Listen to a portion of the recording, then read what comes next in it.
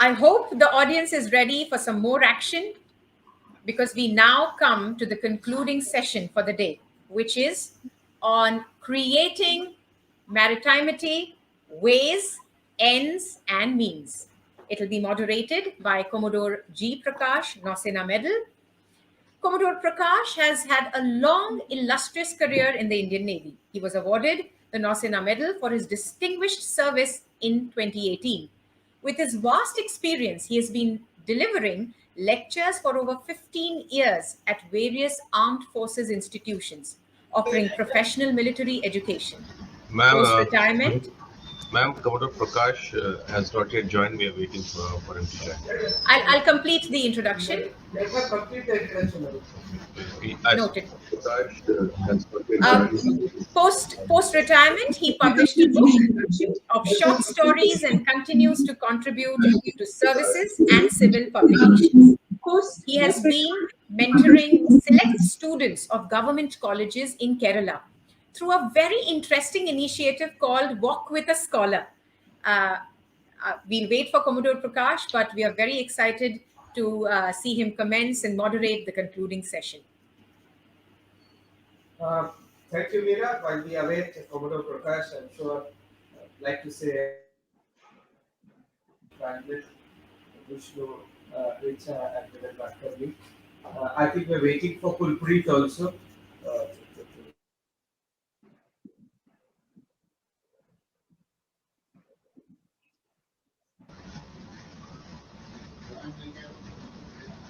Sir, you are muted, sir.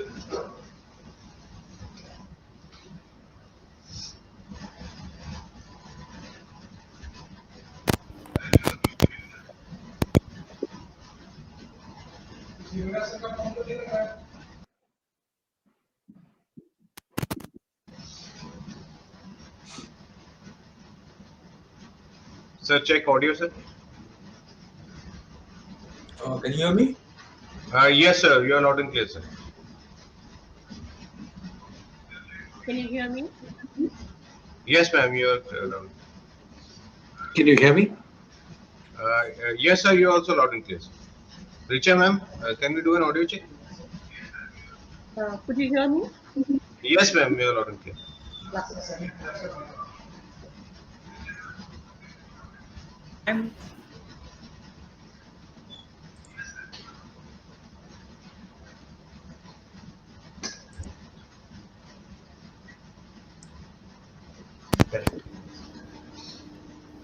Can you hear me, Arun? Yes, sir. Yes, sir. I can hear you. Okay, great. I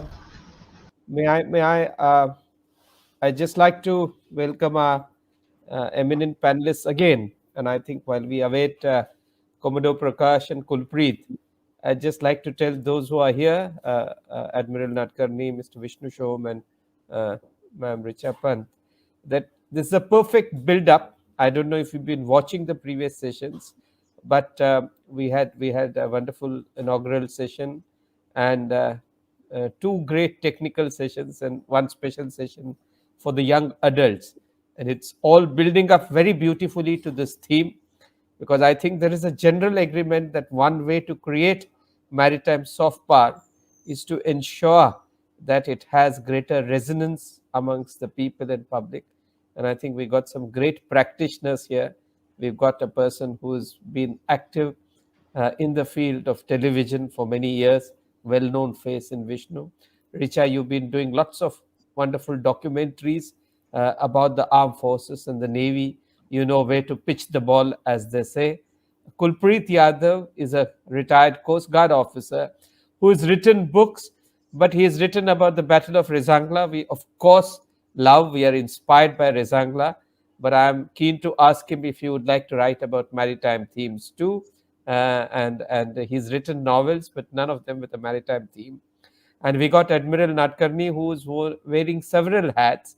I mean, he had a long session in the Navy, training, in maritime history as a speaker, lots of wonderful appointments in operations and several other staff verticals.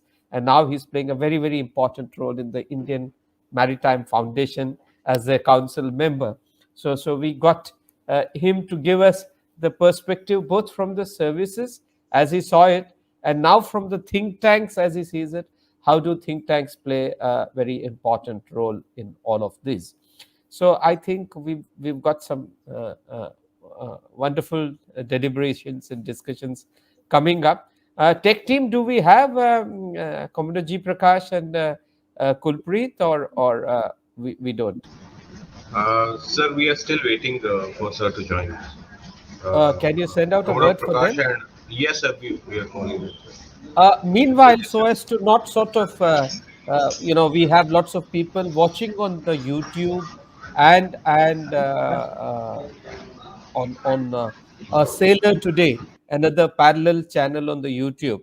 So may I request, perhaps, I don't know how Commodore G Prakash intended to go about, but may I request our three panelists who are here, I'll begin with Admiral Nadkarni, go on to Richa, and then come to Vishnu Som, to make your initial comments for about a couple of minutes, or 2 or 3 minutes, about this subject in general and about your views. And by the time, if GP joins, we'll have him take over the baton. Otherwise, if he doesn't, in any odd case, I will this way. Yeah, Kulpreet joins. Welcome, Kulpreet. We were just talking about you. You have a long life. Good afternoon. Thank you, sir. Thank you, sir. Good afternoon. It's my pleasure. Good afternoon to you. Okay. Admiral Nadkarni, sir, would you like to sort of... Yeah, go ahead. Yes. So firstly, thank you, Srikanth, for giving me this opportunity to take part in this webinar. And I'm very happy to take part and share my views. And also, it's a little disadvantage because I think this is now the fag end of this webinar. But the 3 sessions, I think, which have preceded this have been so stimulating that I can see on YouTube that the attendance is still quite high. Though perhaps it's a little lower than what it peaked at about a little more than 250 people who are viewing it. And also, this is a post-lunch session during which generally people have a tendency to be somewhat drowsy. But attendance is proof that there are a number of people who are still quite interested in what is being spoken.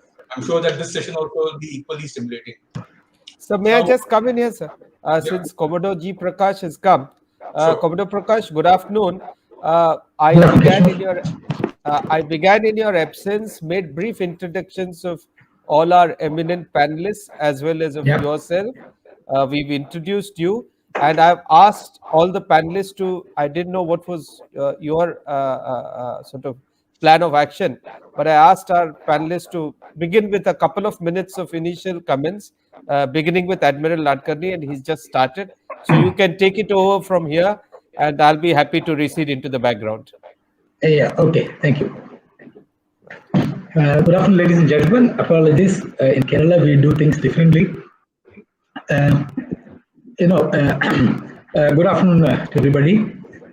So glad to be back at this Navy IMF National Nautical Institute event yet again. On behalf of my panelists, yet again, I thank everybody for this opportunity. It's great to see maritime affairs figuring increasingly in our discussions, but it is not easy to get the sea into people's blood. About in 2007, 14 years ago, when I was doing the Naval Higher Command course, there is 1 year when we get away from our wives and stay for 1 year at Karanja, in those days Karanja, in the Naval War College. We had the Army and the Air Force officers too with us, and we had a colonel from equivalent of my course from NDA. After listening to naval lectures for 1 full year, breathing Navy air, eating Navy food, and drinking Navy's water, at the end of it, he asked me, "Yaar, JP, ये बता कि आखिर तुम लोग actually क्या करते हो Navy में?" It is very difficult because what is not seen is difficult to believe. Yeah. No, during a large part of my 36 years in the Navy, I have heard or bothered about only the very basic idea of increasing awareness of the sea. My awareness, as well as the awareness of those who make the mistake of listening to my lectures. But thinking and about talking about deeper things like maritime consciousness came only when I reached higher ranks. But now, 2 years into retirement, it's got deeper and more remote with Maritimity. Now, Maritimity is sublime, as it dwells in the world of exotic realms like anthropology. And Maritimity is the relationship among the 3 entities: land, sea, and the people who well in this. Maritimity combines the coastal environment, coastal society, and their practices, which emanate from these two. But the word coastal is very special for India because in India's engagement with the world by way of trade and other minor political engagements of over 2 millennia, our navigable rivers have reached deep into the hinterland, and therefore the hundreds of ports, riverine ports and landing points, as well as our numerous ports of the coast, have all actually made the setting for maritimity to emerge.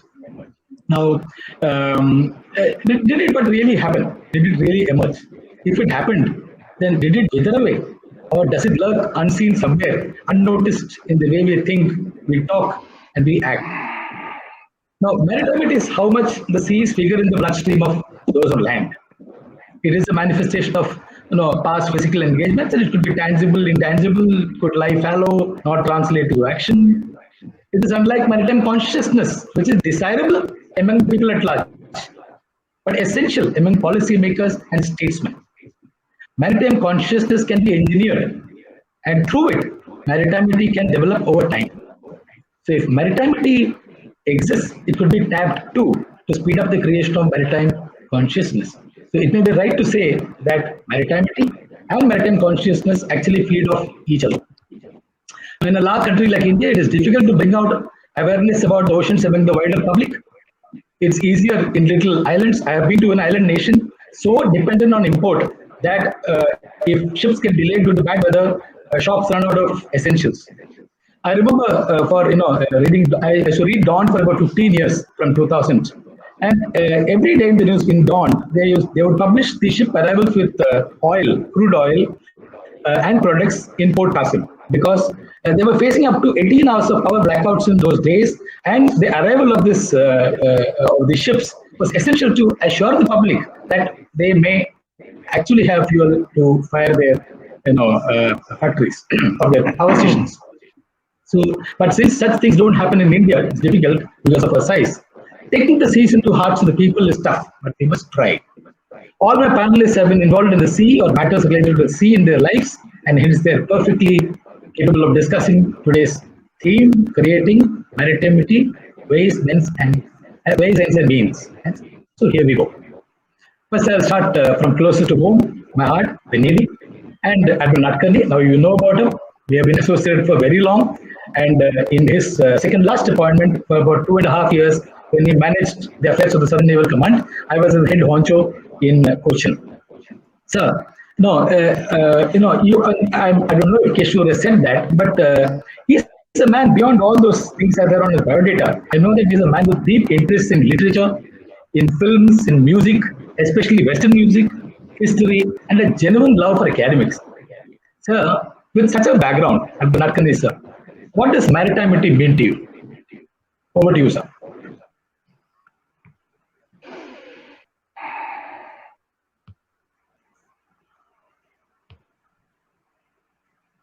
Sir, you're on mute. Yeah, sorry.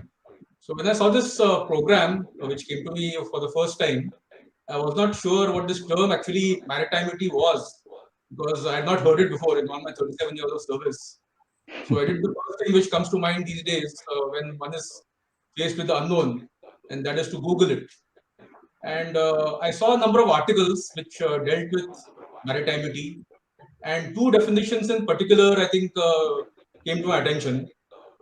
And the first defined maritimity as the conceptual process whereby the sum of cultural adaptations made by a coastal population becomes imbued with meaning. It was a little confusing at first, but the more I read it, I think the more it became clear. And the second definition which I found is identity grounded in perceived or imagined shared traits deriving from a community relationship with the maritime environment, which I think is more clear to me. If I have to give my own interpretation of maritimity, it is clearly a word that is a combination of two or more familiar words, of which the first one is certainly maritime, but the second one could be either affinity or identity. And essentially, I feel it defines character, culture, affinity, and identity that the people have developed over a period of time based on the relationship with the maritime environment. Now, there are a few nations which come naturally to mind, of which I think two are most obvious. That is the UK and Japan, which one can say do possess this maritimity. Both are island nations. Both have close linkages with the sea and are dependent on the seas for their trade, commerce, as well as livelihoods.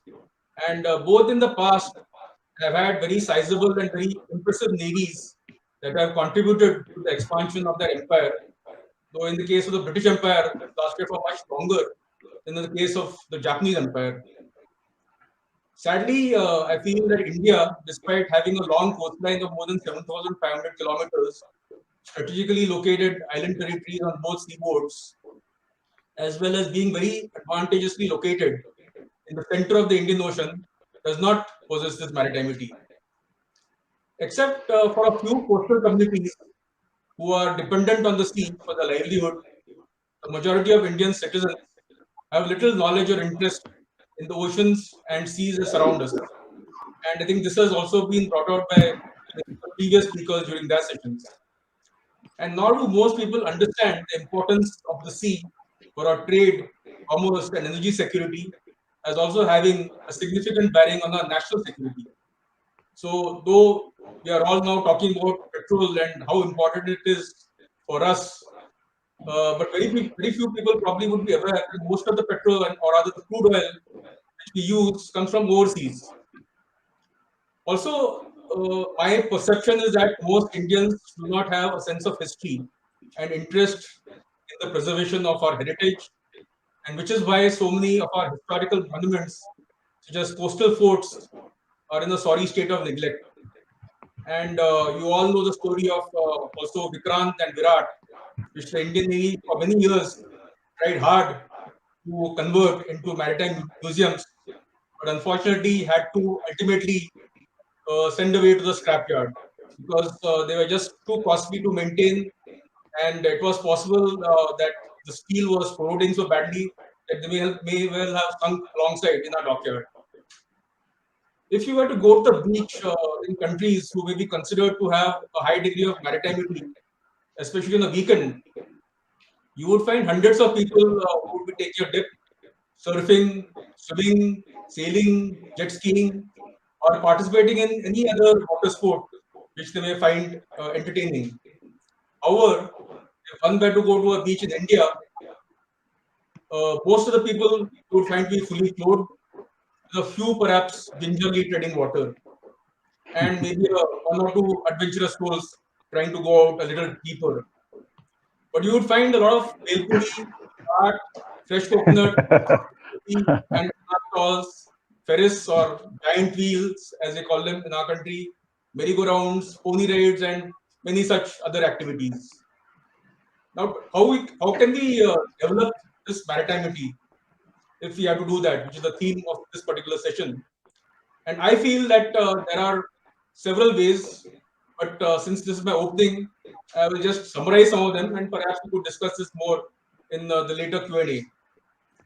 And as speakers have brought out even earlier, we have to start with education, as that is a foundation in any country or anything that the country can or will do, whether it is economic development or the military capability or the science and research and development and so many other things.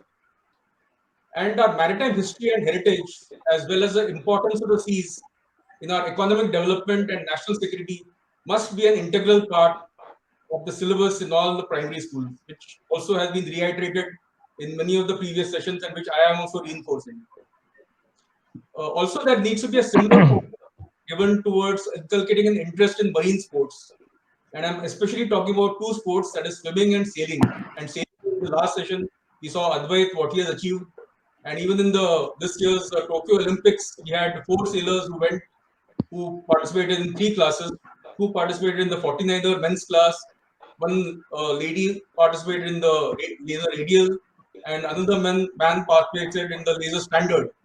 But despite that, I'm not sure how many Indians actually watched this sailing specifically on TV. They may have watched athletics or shooting or archery or some other sport, but how many of you may have watched actually sailing?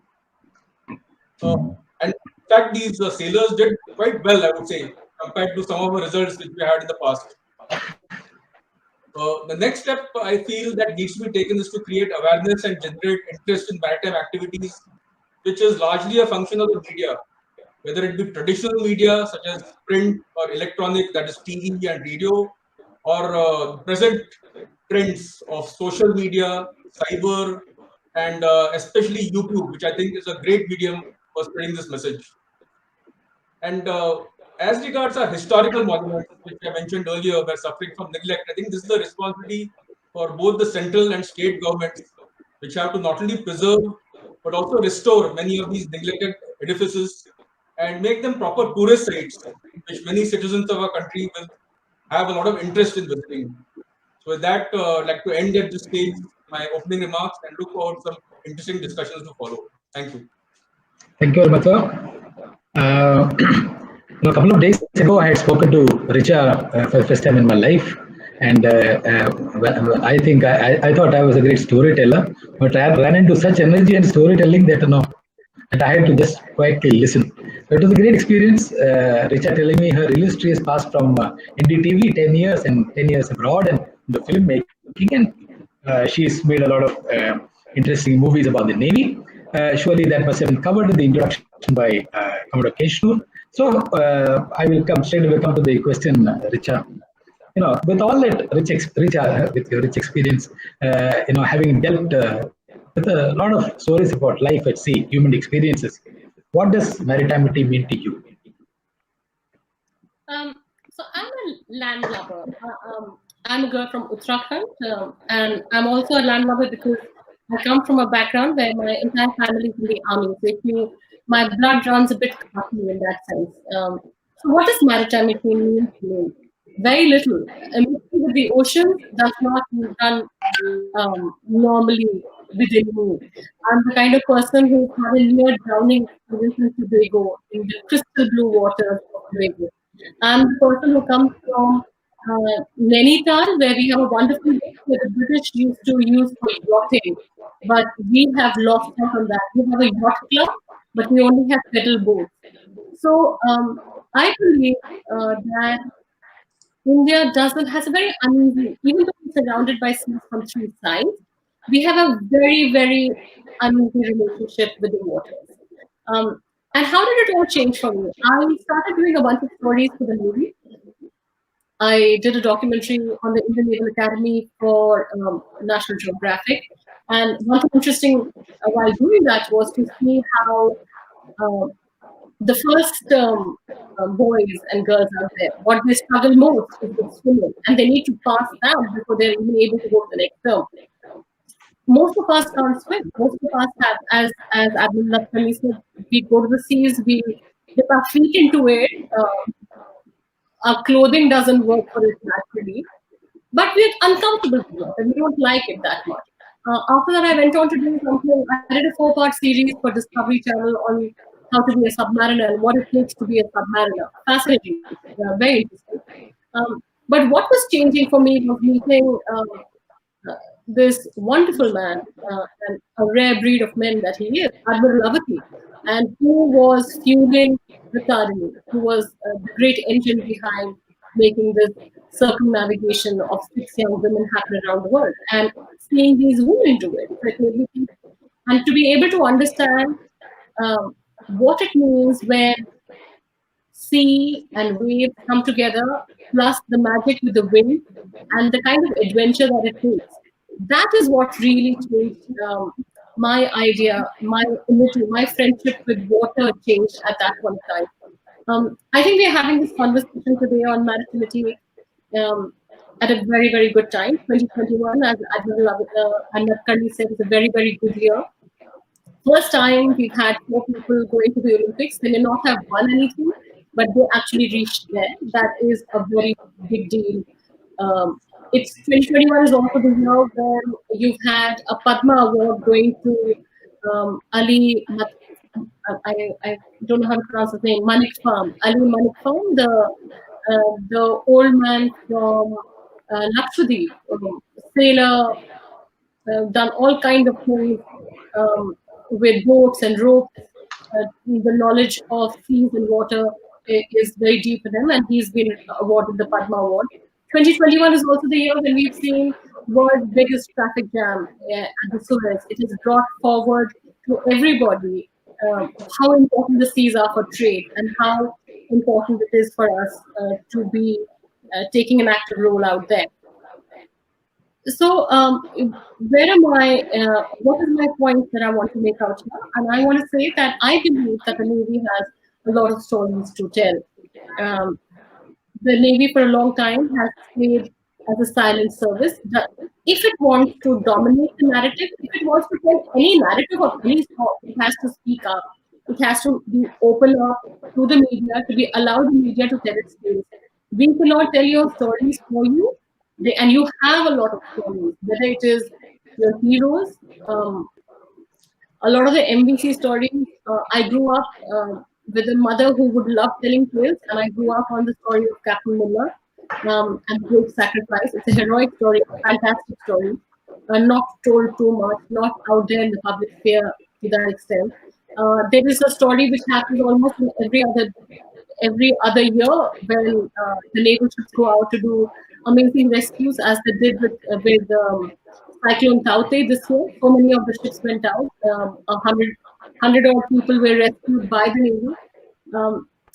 But I think what needs to be done, Navy has to be open to tell the stories.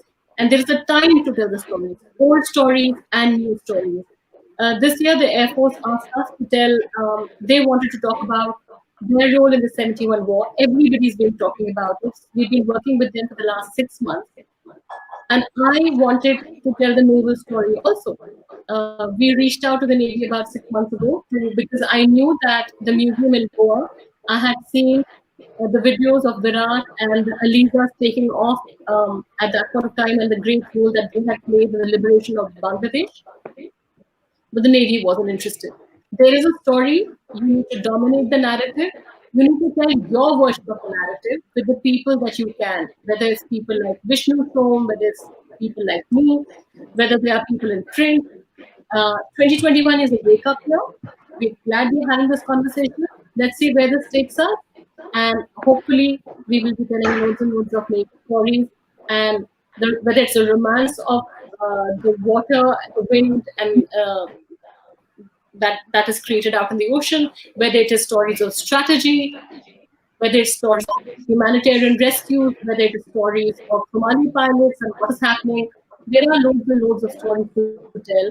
If you want to make a strategic difference, even if you want to have to be able to get a third career, you have to build a case for it, and it comes from the drip of stories that you tell on an everyday basis within the media.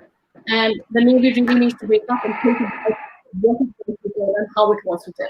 And that's where I come. Thank you, Richa. Now, next panelist is someone I'm truly envious of because strange man from Haryana, but he was born in Chennai, graduated in science, postgraduated in mass media and communications, and thereafter 2 degrees from an IIM.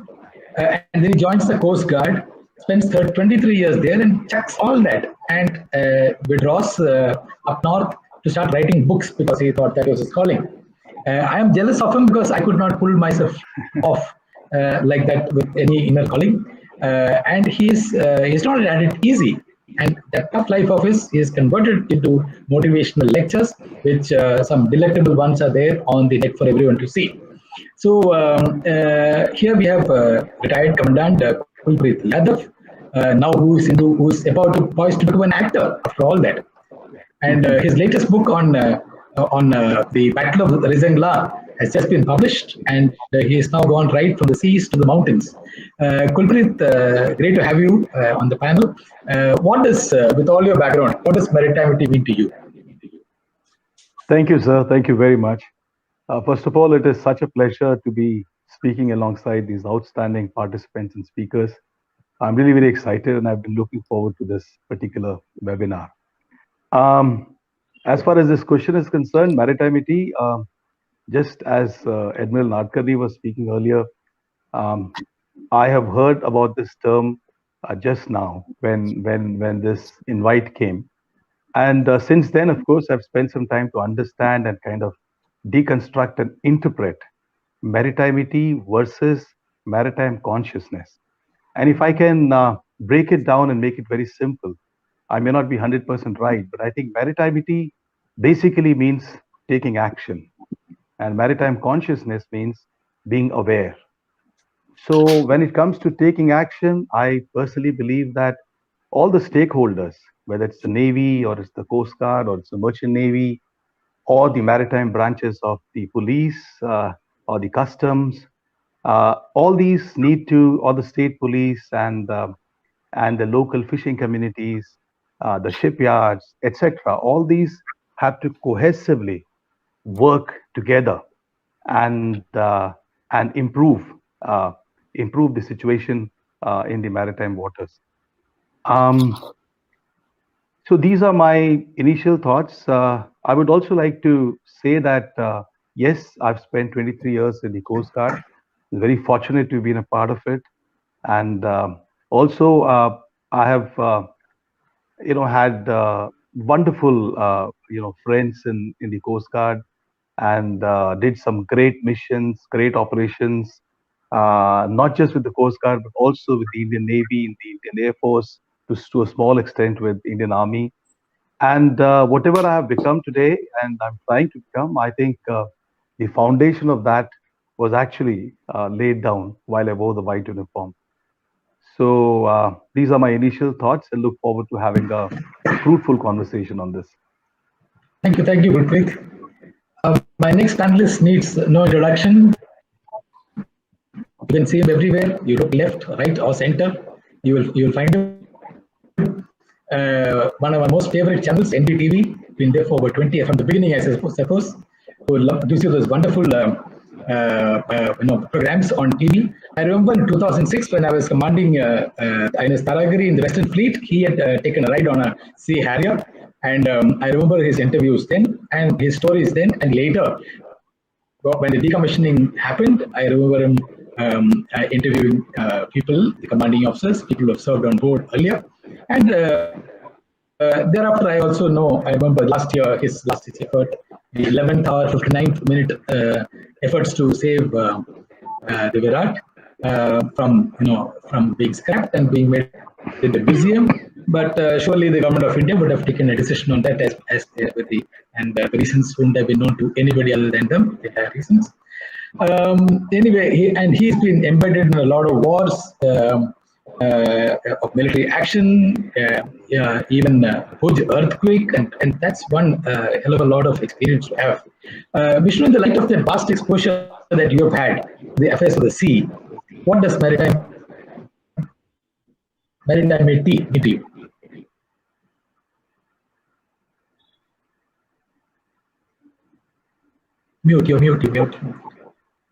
You're muted. Yeah, is that better? For me, understanding our maritime heritage or our maritime traditions has always been something that's interested me greatly. I've actually tracked the Indian Navy for more than 25 years now. And the experiences which I have had with the Indian Navy have enabled me to actually understand what exactly the force does. This is particularly important in a dynamically changing strategic environment. But in terms of preserving this sense of maritime heritage, of naval heritage, it is essential to develop the soft element of our naval traditions by trying to establish these credentials and inform people at large of this history. Have we done that well enough? The simple answer is absolutely no. I've always been a passionate advocate of aircraft carriers. I believe the future of the Indian Navy in this part of the world lies partly, to a large extent, on having a large aircraft carrier fleet. I've had the incredible opportunity, courtesy Admiral Arun Prakash and some others before him as well, to get a first-hand experience of INS Virat itself. And I was actually fortunate enough to get a sortie on INS Virat, certainly the only journalist and perhaps one of the few civilians anywhere in the world to get an opportunity to fly on a Sea Harrier, that too off the deck of the Virat. It was an incredible opportunity, and it enabled me to get a first-hand perspective on where aircraft carrier operations actually are and the potential thereof. It was nothing but with a sense of extreme sadness that I had to report the news of Virat literally being killed, being broken up by a shipbreaker in Alang. And it struck me that we as a nation and this government or previous governments had done nothing to actually try hard enough to save her. And what I thought I would speak about today are the 11th hour plans which actually fell through, and how we could have saved Virat, and how it wouldn't have cost a cent to the center, because the plans which were actually afoot were very, very pragmatic. And so in a 2-minute summary or a 2-minute summary of what the situation is or was as far as Virat was concerned, Virat was decommissioned in 2017. There was a plan to try and convert her into a maritime museum, adventure center, etc. off the coast of Mumbai. That didn't work. The cost was too high. The state government abandoned that plan. The government decided that she needed to be auctioned because they felt that her hull would give way sooner than later. So there was an online auction in July 2020. She was procured by the Shriram shipbreakers in Alang for a cost of 38.5 crores. And here's where it gets really interesting.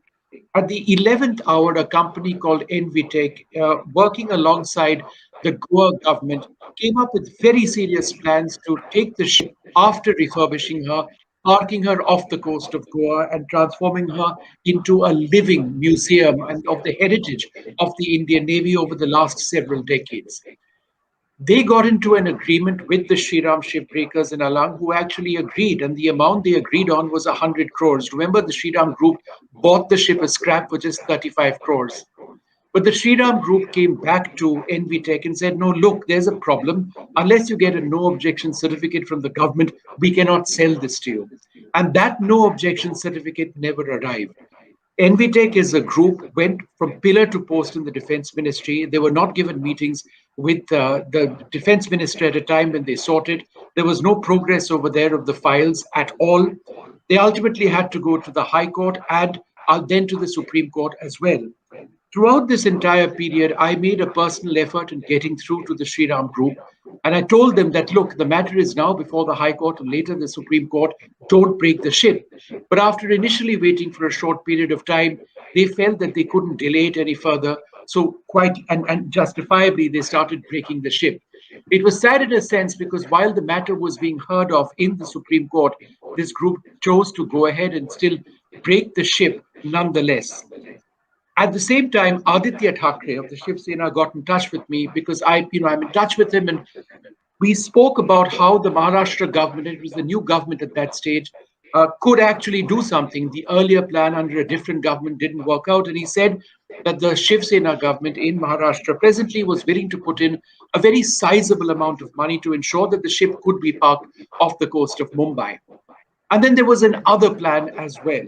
And this was perhaps the most ambitious plan, that if everything else failed in India, then there was a trust which was created, the Hermes Virat Trust, a UK trust, which after checking or inspecting the condition of the hull of the ship, again involving NDTV and some of the finest naval engineers of this company, many deployed in the Middle East and operating out of the Middle East, would take a decision and, if possible, at their own expense, tow Virat back to where? To Liverpool. Remember, Virat had a glorious tradition in the Royal Navy as HMS Hermes, winning the British, or doing a large amount to win the British the Falkland Islands War in 1982.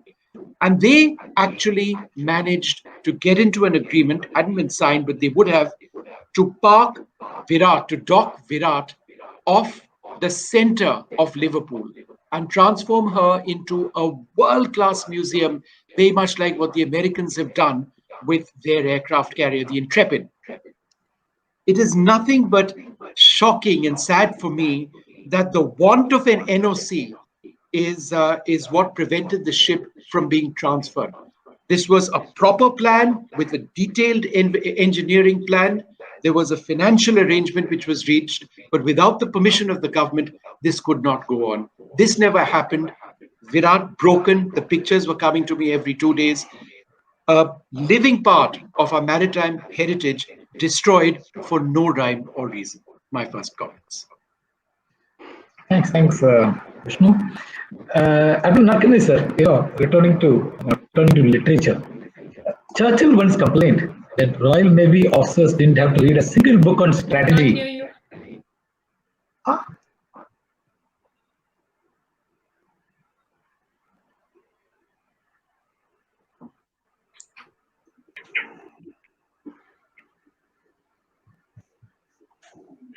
Something happened. We can't hear you. Can you hear me? Yeah, broken. Can you hear me now? Yeah, better. Okay, can you hear me now? Yes. Can you hear me now? Yes, we can hear. Yes. So okay. you are loud Thank and clear, sir. Yeah, okay. So Abdul Nadkarni, sir, Suddenly. Winston Churchill once complained that Royal Naval officers didn't have to read a single book on strategy in their entire career. And he complained that no major work of literature had come out of the Royal Navy despite their 450 years of experience of being a Navy in existence. Was Churchill's comment fair? Was it fair to expect people from the Royal Navy to produce literature? But also considering that people who actually experience the sea and go to sea must shoulder a lion's share of the responsibility for spreading the romance around. What do you think? How do you think we have done? And where do you think lies the future? Thank you, GP. Of course, in literature, I think there are two parts to it. The first is non-fiction, which is essentially an account of what has happened in the past, and in this case, specifically with regard to maritime or naval history. And I've not really heard this comment of Churchill earlier, or this quote, but I can tell you that there are innumerable examples of literature which are both fiction as well as non-fiction, which have been produced not only by the British, that is the Royal Navy, but also countries such as the US and various other European countries which have been also made into movies. For example, we have the Hornblower series, which was written by C.S. Forrester, and this was in the early 20th century, about this fictitious sea captain called Captain Horatio Hornblower. And I'm sure that many of you who are watching this would have read this series. I too not only read them, but have read and reread them several times. And they're fascinating books, each of them. Actually, they start with the Ship of the Line, which is when Hornblower was a captain. And they go on till when he was, I think, a rear admiral, and then they go back to the time that he actually joined as a midshipman. So it's sort of, go ahead and then go back. But I remember reading one of these, and in the preface, I think I saw Churchill's comment, which says that I find Hornblower admirable. So maybe his remarks were made about some other literature. And in addition to Hornblower, there are many other books about the Napoleonic Wars.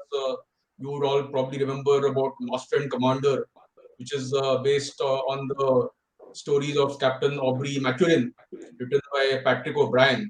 In fact, there was a film also, I think, starring Russell Crowe, which was made about him.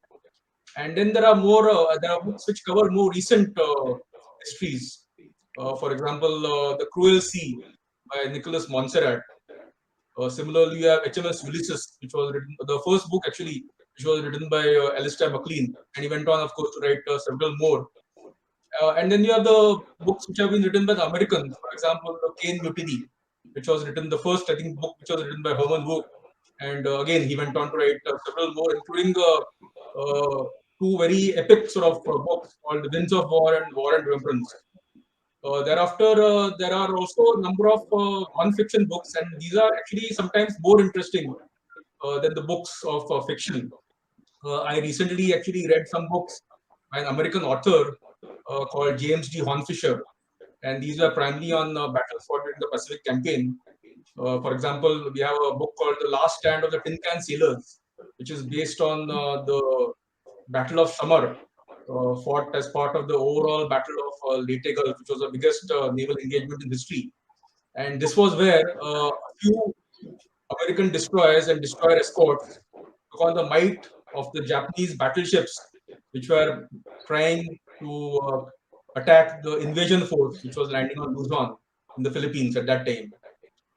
And they were actually successful. They managed to turn back the Japanese fleet. Just a few destroyers, which were basically, not even, I think, 1/20th the size. Similarly, a book like Neptune's Inferno, again written by Captain Horn Fisher, which is on the naval battles of Guadalcanal, which again were quite fascinating. And then you have books written by historians such as Max Hastings, one of which I can remember is called Operation Pedestal, which is when Malta was under siege by the Germans, being so close to Sicily and Italy, which actually the Germans had occupied and were launching airstrikes from. The British had to actually send a convoy right to replenish Malta. Otherwise, they would have either starved to death or their fuel supplies would have run out and they would have to surrender. And in the end, finally, that convoy, which initially consisted of some 22 ships, I think 5 ships managed to reach. But the most important thing was the tanker managed to reach Malta. And that was the reason why the Royal Air Force was able to continue operations flying from Malta and not only defend Malta, but also threaten the Axis efforts in North Africa. So these are some fascinating stories which were told in books of non-fiction, and these have all been written by British authors. So I think many more exist. Also, like I said, many of these have been translated into films as well. For example, the Caine Mutiny has been made into a film starring Humphrey Bogart. The Cruel Sea has been made into a film which stars Jack Hawkins. And I think HMS Ulysses probably also is made into a film. Similarly, there's a play, Caine Mutiny Court Martial, based on the play actually, which was written by Herman Book. And also, probably many of you may know, this has been performed in India as well, where Nasiruddin Shah played the lead actor in that. Also, there have been several films on very epic battles. The Battle of Midway, for example, the Pearl Harbor attack. I think all of you know about the film called Tora Tora Tora. Then there's a German film, one of the best films on submarine operations called Das Boot, which many of you would have seen. And similarly, the Americans have also made one called Run Silent, Run Deep. So like this, many of these books and films, I think they gain a large readership as well as viewership. And this also contributes to generating interest among the population of the country in maritime matters, in naval matters. And I think that is actually the influence which you can say people then thereafter feel that they must join the Navy and serve the nation. Similarly, we have TV series also, such as The Pacific, again a very epic series. Now coming to the second part of the question, as far as the books on the about the Indian Navy or about let's say naval history or naval matters or maritime matters is concerned, well, there are books of non-fiction, I can say, on many events which happened. For example, we have the official history of the Indian Navy, which in fact is published in 6 volumes, and each volume generally covers a decade, except for the first, which generally covers only 5 years. That is, I think, under 2 ensigns, which is from 45 to 50. But there are the other books, I think, cover a much longer period, and they are also well written. But unfortunately, I think the readership is little limited. Initially, this readership was restricted only to certain libraries where these books were distributed. But recently, the Indian Navy has in fact put PDF copies of these books on its website, and they can be accessed by anyone from the general public. But maybe not many people know of this, so that is why perhaps people may not have even read these books as such. And these give a very realistic and very factual account of all the activities that have been undertaken by the Indian Navy right from independence till almost the present day. In fact, Commodore Kesnur is the author of the next volume of the Indian history, which I think will come out in maybe a year or two. Also, there are various biographies written on great Indian leaders of the past. This is unfortunately only post-independence. We don't have any biographies or many, you can say, non-fiction books also on our naval leaders, for example, the Kunjali admirals who fought under the Zamorin, or Kanoji Angre who fought under the leadership of Balaji Vishwanath, under the Maratha flag. So these are little lacking, but there are biographies, for example, on Admiral Ramdas Katari. There is biography on Admiral Christian. There is one on Admiral Nanda, which is called The Man Who Bombed Karachi. And lastly, there's one on Admiral Pereira, I think written by Commander Thomas. And these also are very fascinating books, some of them, and give a lot of insights into these great leaders and how they were able to take the Navy to great heights. Then there are books on the 1971 war, such as Retd by Admiral S.N. Kohli, who was the Flag Officer Commanding-in-Chief, Western Naval Command during the 71 war. Then you have the war in the Indian Ocean, which is written by Commodore M.K. Roy. Then Commodore M.K. Roy, who later on became a Vice Admiral. Then he was the Director of Naval Intelligence. And more recently, you have had a book called Operation X, which is written by Commander M.N. Samant on the covert operations undertaken by the Indian Navy during the 71 war. And then you have various other books also. One of them is written on INS Kokri by Major General Cardozo. Then you have books which are written on actual maritime strategy by Admiral Raja Menon. And like that, you have many other books. But unfortunately, I think the problem is that generally fiction captures the public imagination. Non-fiction, people tend to think of it as being rather dry and not very interesting. So perhaps most people don't even attempt to read non-fiction. Even if, like I said, the books written by James Fisher, they're actually, in fact, superior to many fiction books which I have read. So I think there is possibly a need to write not just about our recent naval leaders, but also about our historic naval leaders. There are books actually which have been written, I think, by some people on, for example, the Peshwas, Bajirao, and they are largely fictionalized. But the point is that they capture people's imagination, and that imagination thereafter generates interest, which makes people sort of take up these professions, whenever they grow up and want to, say, join whichever service they want to join. So I think there is a need possibly to write more of fiction. And similarly, coming to movies, now that I mentioned books about Indian Navy, as far as the Indian naval films are concerned, there are very few and very far between. Whereas there are many more about the Indian Army and the Indian Air Force. There has been a film, I believe, made on Ghazi, which is again very largely fictionalized and also made, as per Bollywood norms, which is to sort of sensationalize a lot of things. But that is Bollywood. I mean, they want to sort of sell their movie, so they will add those elements. So you have to give them a little bit of literary license. But I find that there's no movie which has been made on the 1971 attack on Karachi. If someone knows about any movie, he can put up a comment. But as to the best of my knowledge, there's no movie on that.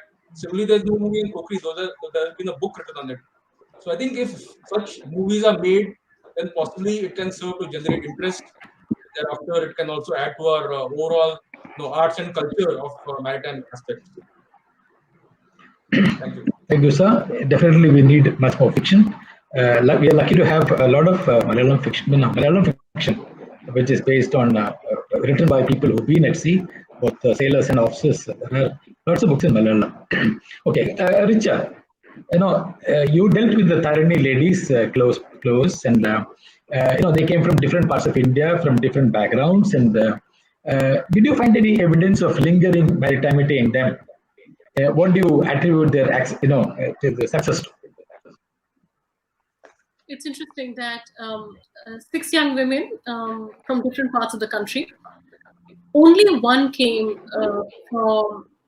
from a location which was close to the sea. Swati is the only one who came from Kochi. I mean, she was used to the sea. Otherwise, they were all people who had grown up far away from the oceans and the waters.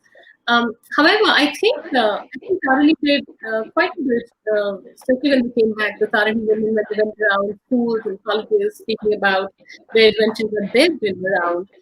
But it was interesting that when we started following their story, and before they left, and we started engaging with them, before the Tarini had been completely fitted, and we went around my organization and I, we went around to different channels asking whether they'd be interested in this documentary that we were very keen to do. We went to the regular suspects that we normally work with, just History, Discovery, National Geographic.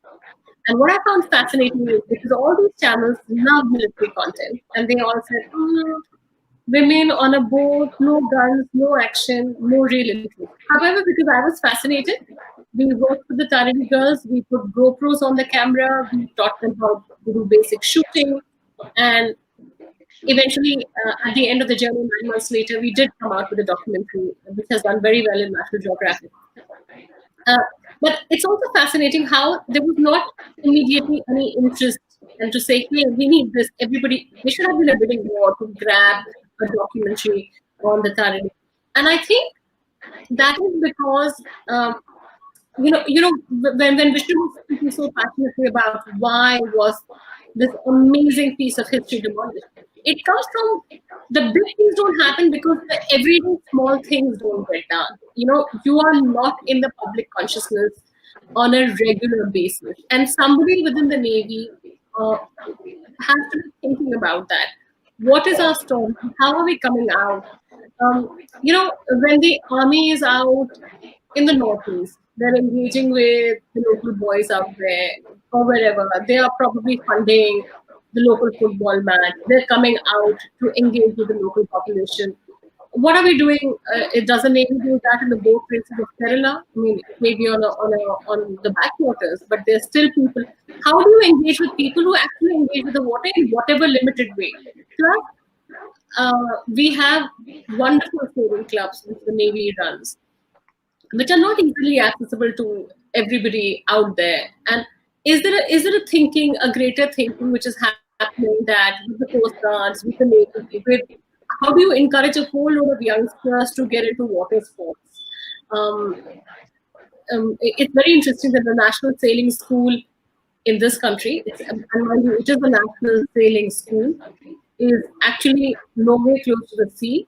It's run out of Bhopal, on the big lake of Bhopal. And because of the Tarini girls, I got fascinated. The Tarini girls infused me with great passion and enthusiasm that I wanted my daughter to have an experience of sailing. But I had to go to Bhopal so that she could figure out what it means to feel, to be on a little boat and use a sail to go out. So I think a lot needs to be done in terms to dominate the storytelling. Yes, there are very few fiction films which have been made, and fiction does take liberty with storytelling.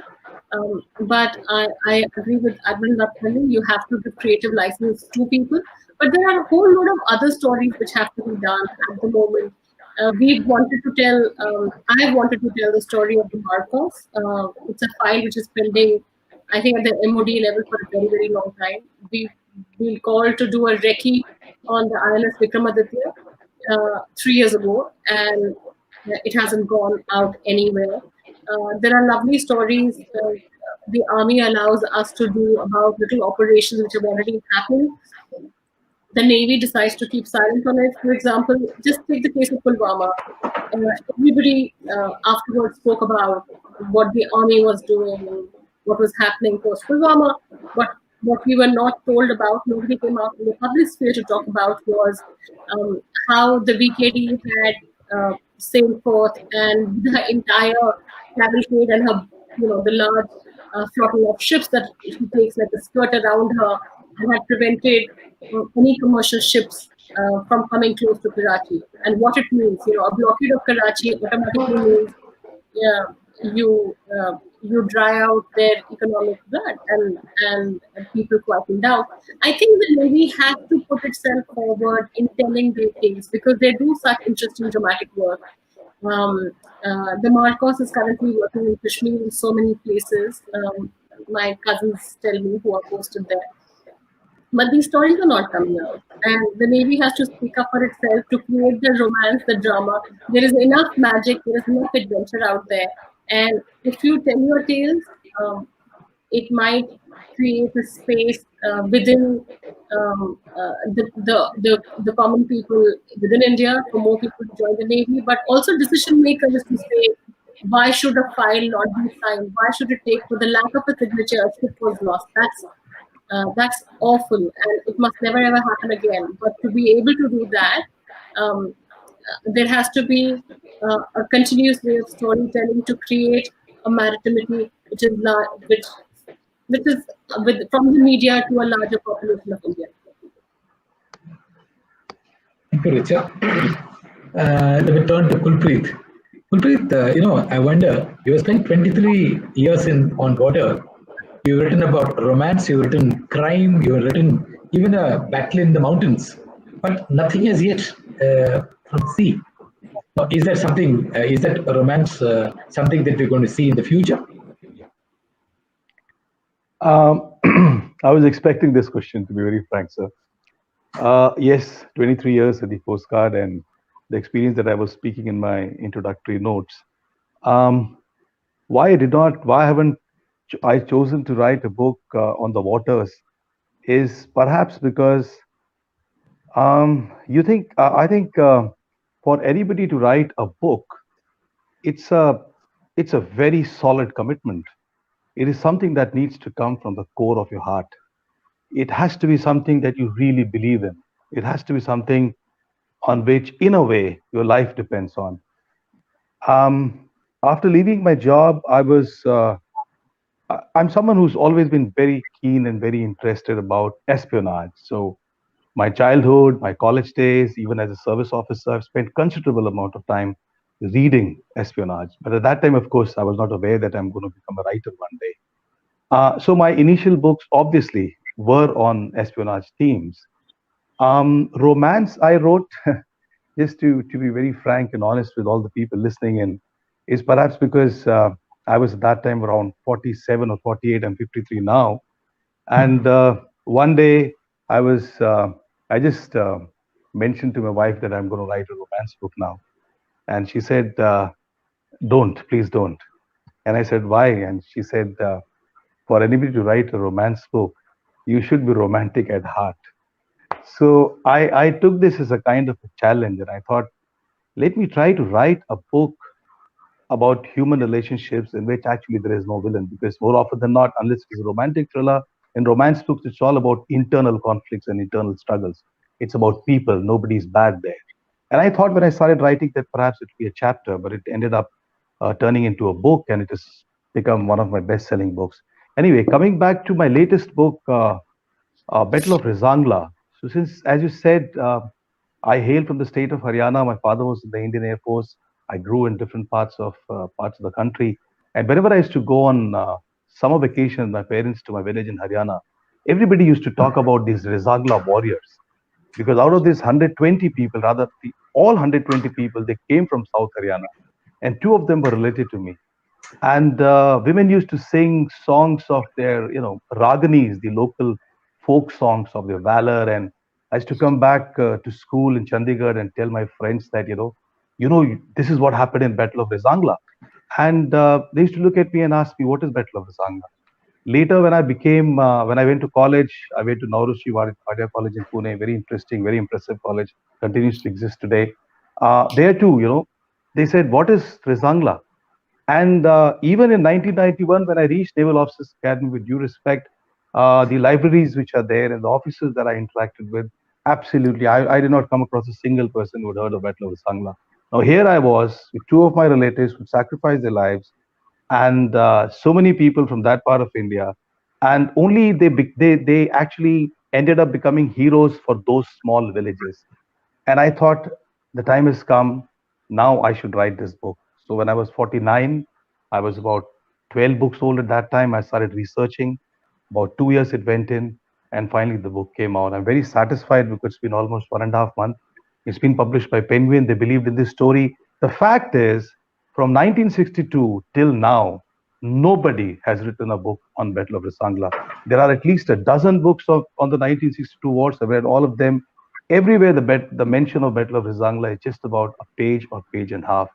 So here is the reason for me to write this book. Whether I will write a book on waters or not, probably I would, because I've been, I left Coast Guard in January 2014. It's going to be 8 years in coming January. I've been part of some very exciting operations. And just like the Navy the awareness of Coast Guard is absolutely zero in our country. For example, when I go to my village or I go anywhere in India, apart from peninsular India, perhaps, but in the northern parts, and I say I'm from Coast Guard, so they have no clue, and they just turn and ask me, what is Coast Guard? And then I have no option but to say something like Navy. And then they turn back and say, Acha, okay, Navy. Then you're a very rich man, because people in the Navy are rich because they obviously think Navy is merchant Navy. So yes, apart from the books that we were discussing earlier in this session by other panelists, I think these are all about World War I, World War II. The recent stories are probably not out there. We have to make books interesting. In nonfiction also, there is a category known as creative nonfiction. You can add dialogues, you can add context, you can make it friendly for younger people. It need not be academically oriented as they are today. Most of the books that I pick up on defense subjects when I go to USI library, whether they are about battles or special operations, they are so academic in nature that even as an officer who's researching, I find them totally not interesting. So if you have to write books on Navy and take this term that we are talking about today, Maritimity, forward, I think we have to write interesting books about Navy and about the waters, and perhaps I would at some point in time in future. Yeah, thank you, Kulpreet. I suppose in that genre, Sandeep Unditan's Operation X was a wonderful one. It is. Sandeep is known to me personally. It's such a great book. Wonderfully written, a real story of 1971, a lesser known story. I also read it with a lot of interest, and I hope you actually end up writing some more about stories from the sea. Vishnu, if I turn to you, in your 20 years, more than 20 years of experience in journalism, how much of matters maritime really figure in the media? Of what figures of what nature does it really contribute to enhancing maritime consciousness among the common citizen as well as the policymakers? I think it's a very important question, and I think one needs to look at this from a larger standpoint, and the standpoint is that of the relative exposure and education of a large number of people in our country. Are people actually exposed to the high-tech environment that the Navy is all about today? Is it something that is easier to understand than, say, a Jawan with an AK-47 or an incest rifle in his hand? When one actually sees, and we were in Kargil covering the war, soldiers charging up, it was so much more dramatic and so much more basic than the sophisticated nature of what naval operations are all about. Every single naval officer is trained as an engineer. The trigger is not the trigger of an AK-47. It's actually a button push in an air-conditioned battle operations center. That's not necessarily something that people quite easily understand. But it's the sophistication of the nature of what the Navy is all about, how this is very much a high-tech battle if it were ever to happen, upon the seas. That is something that needs to be introduced at a much more basic level, which I mean school books, where you talk not only about India's naval prowess or our maritime history in very simple terms, but also about what the modern Indian Navy is all about. As far as journalism and the Indian Navy is concerned, quite frankly, nobody is interested in the good news. That's not the way a lot of journalism works. A lot of the mass journalism that you see is if there's an accident like what we saw on Sindhu Raksha or some of the other Kilo class boats, which becomes a huge thing. It becomes a scandal. It becomes a loss of life. And at one level, it's not just sensationalism. It's also because it's much easier to understand. But if one were to do a program or a story on the deep integration of sensors on board the Visakhapatnam class of destroyers, which in my mind is one of the most profound achievements of Make in India in the last several years, the integration of sensors and consoles and bringing together Israeli weapons, Indian sensors, Russian missiles, etc., into one consolidated platform which operates on Ukrainian engines. It requires a great deal of skill and understanding. That may not be something that necessarily appeals to people. It's, when they see pictures or they see videos of naval ships in action or the Malabar type of exercises, that's when things start becoming more interesting. There is also another very basic problem that people in the electronic media face. There are simply too many of us now. If there is a journalist taken aboard the Vikramaditya, there will be a riot in South Block. When I flew on a Sea Harrier was when NDTV, we were the only people around, with just maybe one Artstak who came many years later on. So the opportunities were much more. It's also been an area of specialization for me. It's not been an area of specialization for more than 3 or 4 journalists in this country. Sandeep certainly being one of them. We are peers in this sort of profession. So it is very much a difficult battle, more for the Navy than for the Army. But I will say, and I want to re-emphasize this, the Navy has had some of the brightest and best PROs and spokespersons over the last many years. And I say this over the last 10 years. They have been absolutely intent in sending the message of the Navy across. And they've been absolutely superlative. In terms of access to information, if I was to call up the Navy and say, this is what I want to do a story on, is this correct? Yes, Vishnu, it's correct. We can help you. No, Vishnu, sorry, we can't. Sorry, Vishnu, you cannot ask that because it's classified. But the answer comes within minutes, if not hours. The other services are not as efficient in terms of in providing news. And there is a deep hunger. It's a smaller service and a very professional service in trying to get the message across. But there will be challenges. It's never going to be the same as a Jawan fighting terrorism in Jammu and Kashmir with an AK-47 in his hand, which is why what Richa was talking about and the story of the Marcos is much more amenable and easier to understand. Thank you, Vishnu. One last question to Admiral Nadkarni before we take on questions from the audience. I have more questions for the other panelists in case we don't get good questions from the audience. Admiral Nadkarni, you have a very special relationship with the Maritime History Society, and you've been linked to it. And now you are part of the Maritime Foundation. How much do you think that the MHS and the IMF have actually contributed to enhancing maritimity or maritime consciousness, or even simple love for history?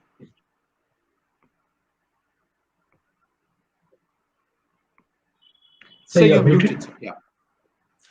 Thank you. Well, I think there has been considerable, work which has been done by both these organizations in spreading maritime awareness. However, I think in the past they have been restricted by the media by which they were, say, spreading this awareness. Now, as far as the MHS is concerned, of course, we have had Commander Mohan Narayan, who's been more closely associated with the MHS, or he's been part of the MHS for much longer. I think he would be the right person to shed more light, and maybe if he's still watching, he can put a comment or two. This was started way back in 1978 by Vice Admiral, then Rear Admiral Awadi was a fleet commander. Of course, he went on to become Vice Admiral and the Flag Officer Commanding in Chief Western Naval Command, and therefore it is now in its 43rd year. And it was supported, of course, by my father, Admiral J G Nadkarni. And these two were the driving force, I would say, for at least 30 years or maybe longer of its existence. But there was one more person who was also instrumental in popularizing the MHS, and that is Professor Arunachalam. And he was the one who has written numerous books on various aspects, primarily of navigation of various seafaring communities around coastline, whether it be the Lakshadweep Islanders, whether it be the people from Kerala who are occupying now present-day Kerala, whether it was people from Orissa, whether it was people from present-day Tamil Nadu. So number of books have been written by him, and in addition to that, there have been other authors also. Like I think there's a Professor Sachin Paintse who has written books. Then there has been one Mary Edward who has written, and of course we have had Wing Commander Naravane, who was in fact the father of the present army chief, who has also written books. And these three people, that is Admiral Awadi, Admiral Nadkarni, and Professor Arunachalam, are very ably assisted by the curators, like Commanders Undikan and Commander Mohan Narayan, followed by Commodore Johnson, who has just recently retired. And of course, now we have Commodore Robbie Thomas, who has taken over really recently, so not be fair to mention about his contribution at this stage. I'm sure that after he spent a year or two, definitely there will be something quite significant coming out. And in addition to that, I think presently they have at least 7 to 8 research associates who do research, thereafter publish papers, thereafter present them in various forums. And I think they're doing marvelous work. They have published number of books, they have conducted lectures, they conduct seminars, workshops, exhibitions, various essay competitions, as well as visual arts competitions. Now, as far as the future plans are concerned, I think there are a number of plans which they have in mind, such as digitizing all these various artifacts that they possess. Thereafter, they're very much involved in the Naval Memorial Museum, and also in setting up a center of excellence.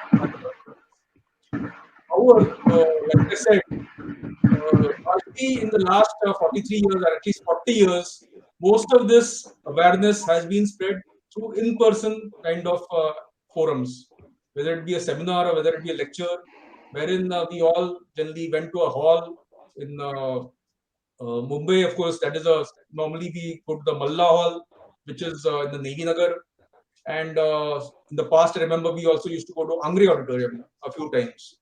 So in these halls, there is a bit of a limited attendance, and not much of what transpires therein actually gets out. Of course, they bring out compendiums of seminars and things like that, but then the readership may not be all that much. But now, especially, I think the pandemic has helped us considerably, because since the pandemic started, most of these interactions have been held online. And I think online, you would get a far greater audience than you would get through in-person meetings. So while in-person meetings do have their advantages, certainly I think online forums such as this one, exactly what we are doing now, webinars, I think we are definitely reaching to a far greater audience than we possibly would have done if this was conducted, say it was done in the past in this INHS Ashwini Auditorium, where only a limited number of people, and that too mostly naval officers, would have taken part. Not just naval officers, merchant navy officers, coast guard officers, various other stakeholders from the maritime field. We also have many students, and I'm really heartened to see so many questions being asked by many of these people who probably do not have so much of exposure to the maritime arena. The other thing which I think will greatly help in spreading awareness is this medium called YouTube.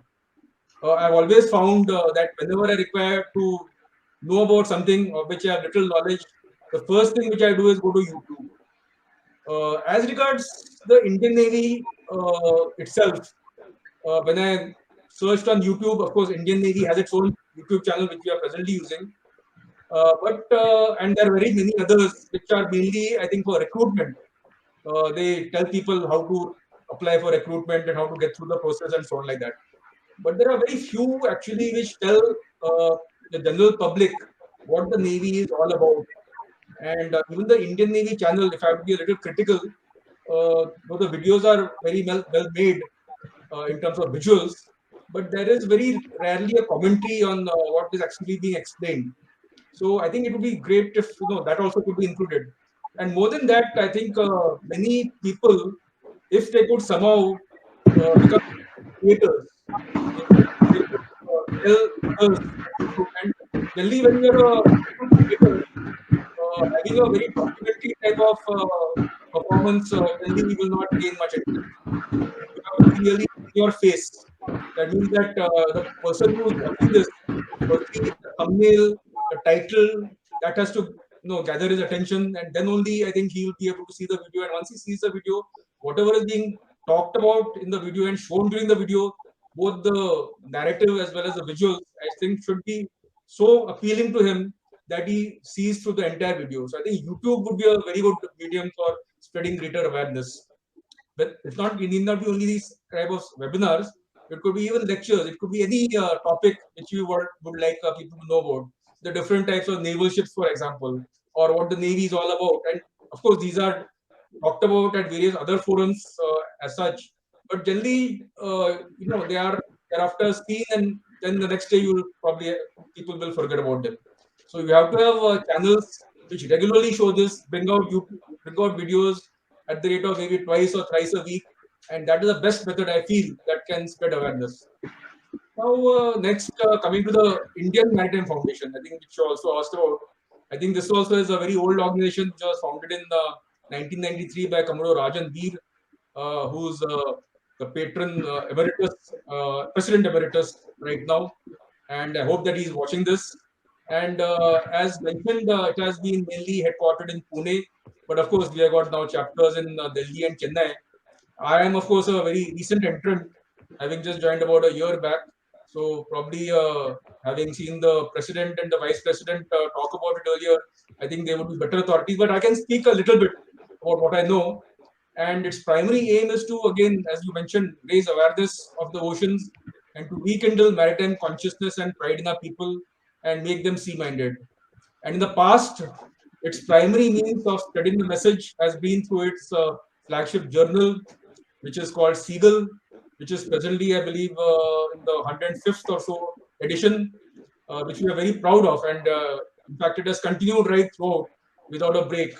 And it has got some excellent articles as well as news about the maritime world, written by a number of people from Navy, Merchant Navy, and various other sort of organizations. And we have got a viewership, I think, in excess of some almost 500 subscribers, and those 500 subscribers, I'm sure, disseminated to many other people. So I'm sure it has got a very large circulation. But again, this is a traditional medium, and if it has to now change with the times, then I think even here we have to probably transition at some stage to the digital medium, and especially in this case, I think through YouTube and also social media platforms such as Facebook. The advantage in YouTube vis-a-vis, say, Facebook, Twitter, and so on, is that once it is there on YouTube, we can see it anytime. Whereas in Facebook or Twitter, it is there for 1 or 2 days, and thereafter it will scroll down or up, and thereafter people may forget it. So I think on social media, let's say the Twitter, YouTube, WhatsApp, or whatever it is, we have links to YouTube videos which are informative, interesting, and I think they can really spread the message much better than what the traditional means of propagating this have done so far. Thank you. Thank you, sir. Richa, are you still with us? Yeah, very much so. Yeah, okay. Your window was a turning circle for me, briefly. Check Okay. sir from You control. Check sir from control. Mr. Vishnu Som is no longer connected. Yeah. I know that. Richa, no, we heard Vishnu's perspective about how much do the matters maritime figure in our own media. Now, you've been with BBC for 10 years and you lived abroad. How much of maritime India is heard outside? Because perceptions matter. And if maritime India is important for India's stature, then it matters as to how much of maritime India is heard outside. What are your comments? Actually, on the BBC, you will get to hear about, the exercises the Indian Navy does. In fact, the exercises, because it's doing exercises with the Americans, the French, they do make international news. Also, I do remember when they were getting their, and I'm going to get the name wrong, I think is it the P2s or the new planes that the Americans have given for, and they're getting the latest technology. Navy, I do agree with Vishnu that Navy, in terms of, is far ahead of the Army in that sense. It plays with technology, it's extremely modern, but technology for a whole bunch of youngsters who are your audience today is very exciting to be able to play with the kind of radar systems that you have, the kind of technology that you have. So I think there are stories there that you need to get out. So every time we have these exercises, you will hear stories about it on the BBC. I'm not so sure how much we hear about it out here, but these are exciting things. It also tells you how instinctive Indian Navy has grown, that anybody who wants to control or have a little piece of the Indian Ocean with them wants to work with them and do these amazing exercises with them. So yes, we do hear some amount of news on the BBC about the Indian Navy and its activities. Also, because I think the world over, everybody sort of appreciated the Indian Navy's role on policing the waters and what they did to curb the Somali pirates. Yeah, okay. Staying with you, Richa, earlier you did speak about the difficulties of getting permissions to shoot and to do stories that need to be told. But then, every story doesn't have to be, action, blood, gore, Marcos, and all that. Surely there are lots of nuanced stories of personal experiences, human lives, and it's just not the Navy. There is the mariners, the merchant marine, which has an equally tough time. The sea is equally tough on anyone who sails on the medium, and with piracy and dangers like that, I can surely imagine that the mariners too go through difficult times. I have personal friends who tell me those stories. Now imagine after the Enrica Lexi shooting by the Italians of, say, fishing boats. Now imagine the consternation a fishing boat crew has when a merchant ship just coming past them. They can do nothing. So there are lots more stories that and finally the maritime India is not just the Navy. There's a whole lot of other people who are linked to the oceans. Now, don't you think there's a lot of potential in tapping those stories too?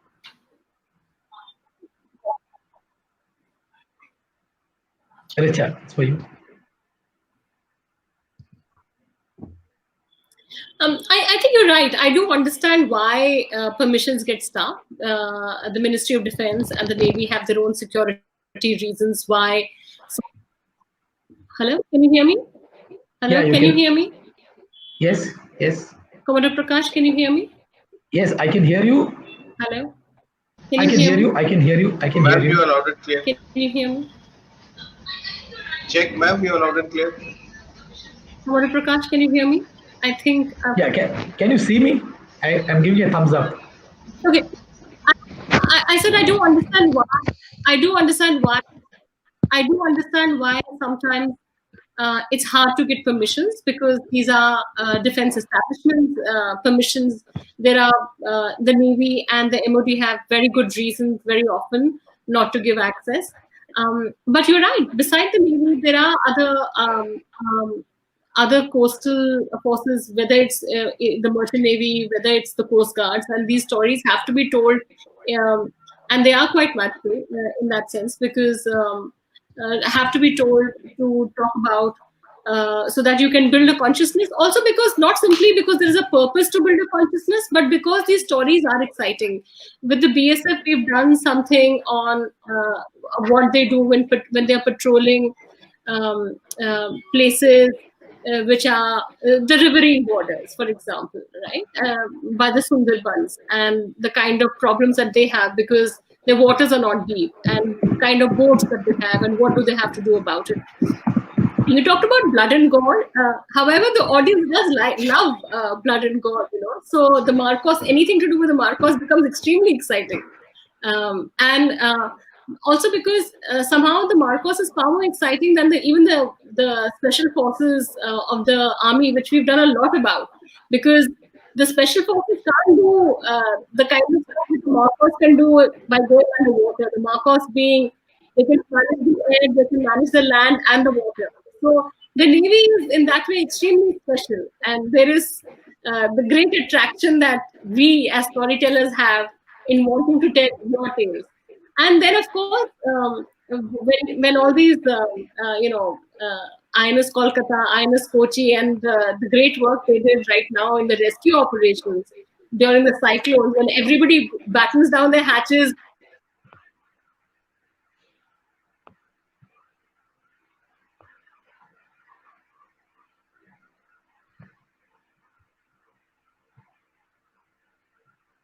Hello.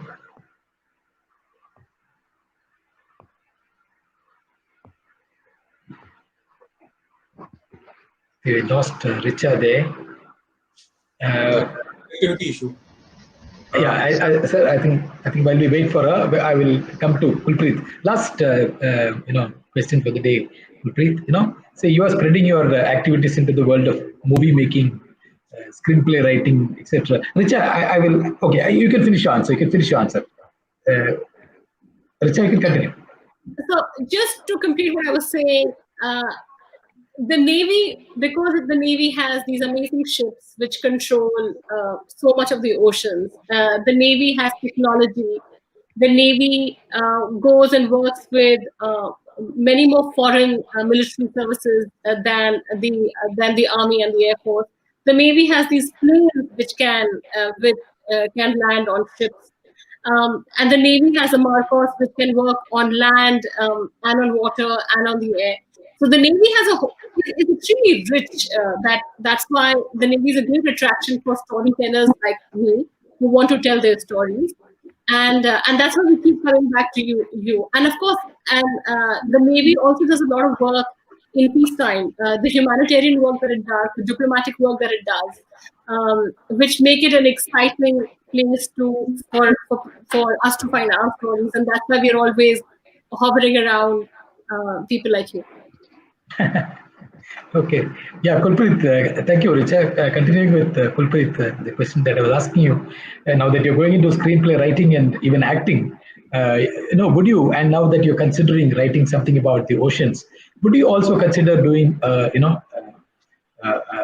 short films or movies based on, say, Coast Guard themes? And it may be easier for you to get access and discuss, the projects with people whom you know. Would you have anything like that in your plans? Sir, I'm going to be very, very frank here. It's a great idea to make a short film or a film on any of the themes related with Navy or the Coast Guard. But the question is, will I get access to the information? Will it be easy for me to relate to and contact senior officers? My experience has been, no, it's going to be extremely difficult. So I'm going to be taking an easy way out and trying to make a film on a subject which is close to my heart, and also where I can muster all the resources far more easily. We were talking about cinema earlier. We were talking about great cinema in the West, about the Navy, about the naval wars. We do not have such cinema in our country. I'm going to be completely frank here, is because even as a producer, I'm just a short film producer.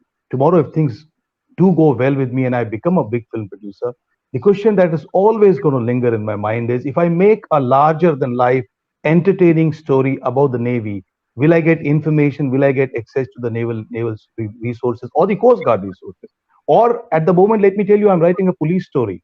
I'm writing true police cases at the moment after Battle of Zangla. It is so difficult to interact with police officers and get information from them, which is why probably I'm not going to do, unless there is an initiative and there is an interest from the organization part and someone approaches me and there is an interaction and I feel that some path has been lit for me, I might still walk on that path, because at the end of the day, I'm a retired officer and my heart beats for my organization. But in present circumstances, probably no. But Mr. Yadav, I'll say that 2021 is a good year. Look, we are having this conversation. That means there is an interest, there is an awakening within the Navy itself, within the. I think it's a good year to put forward and think about it. I don't think we should give up. I think it is time. No, we never give up. No, Richa, our training right from Naval Academy is never ever give up. So an officer is never going to give up. I'm just trying to say whether I'll do or not. So if the situation is conducive, definitely yes. Definitely yes. See, the conversations have started, and now the Navy is ready to come out of its closet. That's what I feel. Yeah, let's hope so, Richa. Surely for the system, there are lots of takeaways from this panel and what was discussed here. That there are people willing and there are stories to be told. Their stories need to be told, and we got to find via media to let that happen. Now, coming back to Maritimity, in my concluding remarks, I would say that the Portuguese, I think, have a great lesson for us. In the 15th and 16th centuries, what they did was extremely important. Before that, the Portuguese had no great maritimity or maritime consciousness, nothing. And when the need came, in fact, they were known as the last part of Europe, the end of Europe, the very last part. But then when a great need came to them because of geostrategic, geoeconomic reasons in the 15th century, they organized themselves. They engineered maritime consciousness and actually created capabilities and taught themselves not to view themselves and the seas as frontier, but as gateway to the world's riches and for control of the world. I think there's a great lesson in that. Now, what is the current narrative? The current narrative is basically Sardar K. Panikar's narrative of our glorious past, and then our land centricity and sea blindness in the Middle Ages, and how we get engulfed by European colonialism, 450 years, and then we get impoverished, and now we are coming out, and the oceans are extremely important to us. But we need to somehow get that into our consciousness and into policy making. Now that is the it's a well established truth that this narrative is correct, and we must do everything to enable that. Now, in this, what Sardar K. Panikar says about India's future is important.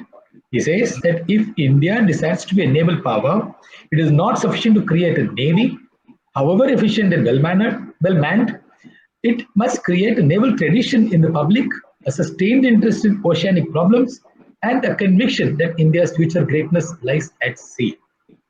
I'm tempted to say this, that to be a maritime power, you need three things. You need a good fighting navy, you need a good merchant marine, and you got good ports, infrastructure, and laws. 500 years ago, we had excellent ports and infrastructure, and we had a good merchant marine, but we had no fighting navy, and we got eaten up. And today you have a fantastic fighting navy, and it's for us to introspect as to what else do we do to build on that, because they say that outside your shores there will always be a navy. If it is not yours, it is somebody else's. And finally, I'll say that these engagements are important, and however, we need much more. Now, today these discussions are driven entirely by people who actually directly deal with the oceans or have interest in the oceans. Now, it's got to go beyond that, and we got to heed space to a lot of other people. Now, maritime matters are beyond the fighting navy and its exploits. It is the net result of the sweat and blood of millions of people who have something to do with the oceans, and those stories will have to be told for the greater benefit. They have to be acknowledged, they have to be appreciated. Otherwise, we will lose the plot. One last comment is that in 2005, I gave a lecture at a college in Jogeshwari in Mumbai, which at 74 acres, that's the largest college of Mumbai. It's called IY College, Ismail Yusuf College. After I spoke to about 1,000 children there, college children, I was aghast to find that in Jogeshwari, in Mumbai, not a single student had gone to Colaba and seen a ship. Now, I really went back and thought about it, discussed about it, and maybe it is because much more information needs to go into the vernacular press, into the vernacular other modes of communication. I remember Commodore Gurumani in the first session talking about a semester at sea. I have met those students in Mauritius of this American ship, which it is not Mauritian thing, it's an American concept, and they spent one semester of their university time on a ship. They're going around the world. I happened to be there in Mauritius with my ship, and I also had students only. Actually, we don't call it semester at sea, but in the Navy and the Coast Guard, I think everybody goes through a semester at sea. But it is a wonderful experience, and I don't think, and the sea would have really gone very deep into those students. I really feel envious of them. I thank my panelists, co-panelists for their wonderful perspectives, and on behalf of them, I thank the organizers for this wonderful opportunity. Thank you very much. Jai Hind, Shanovar. Thank you, Jai Hind.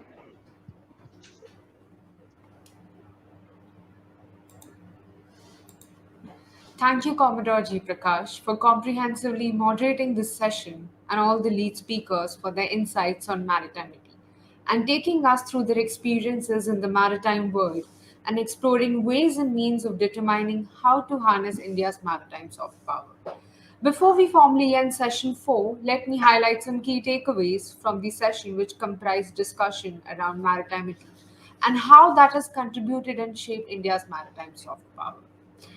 At the beginning, Commodore G Prakash, distinguished senior fellow at the Defense Research and Studies, took us through his captivating journey with the Indian Navy and importance of maritime consciousness. Maritimity is the relationship between land, sea, and people. Maritime combines coastal societies and the practices, word coastal is very special for India. Our trade engagements, which you highlighted, goes back to the 3 millennia.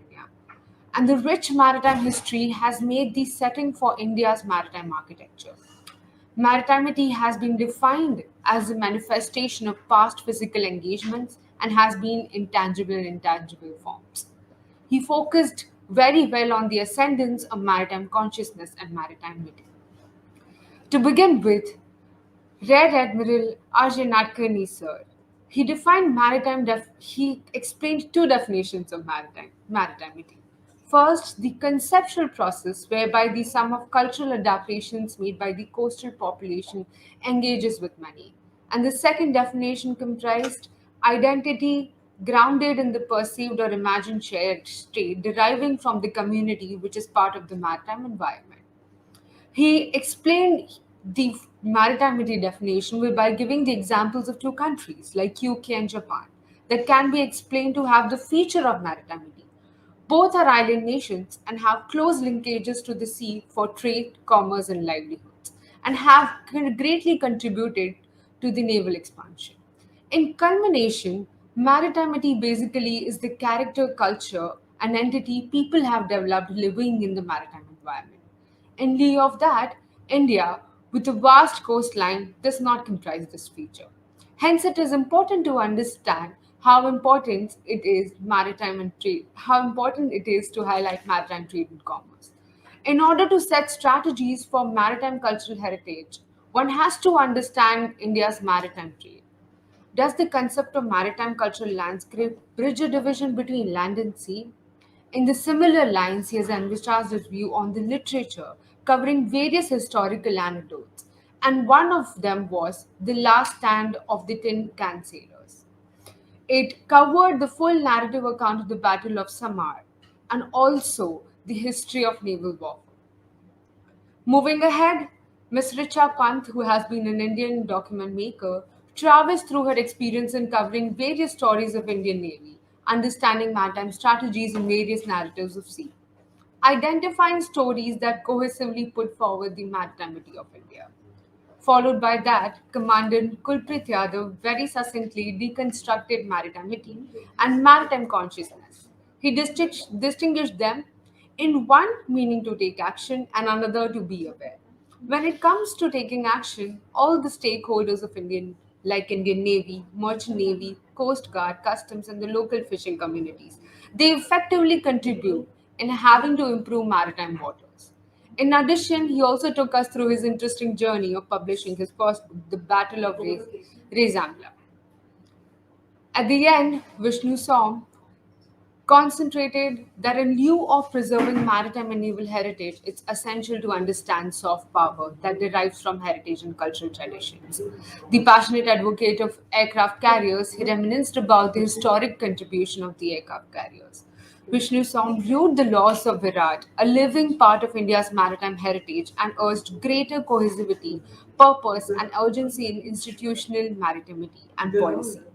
He envisaged how institutions like Defense PRO have greatly contributed in portraying Indian Navy's stand in the maritime domain and getting the message across clearly. In conclusion, there is an idea of India that belies just size, population, diversity, and wisdom. It is vast, yet very garland-like strung together with a present fragment that pulls the whole. Ships, merchant, and naval have a force of inner attraction at the soul level that strings emotion, passion, and purposefulness and practical objectivity. In the words of the late Professor B. Arunachalam, long before a man learned the art of saddling a horse, he had learned the skills of paddling in waters. Eventually, man became more terrestrial. India, a maritime nation, is surrounded by oceanic expanse on 3 sides and comprises the rich maritime heritage and legacy that we withhold. There is an imminent need to reset the frames of our history with the full spectrum of maritime consciousness.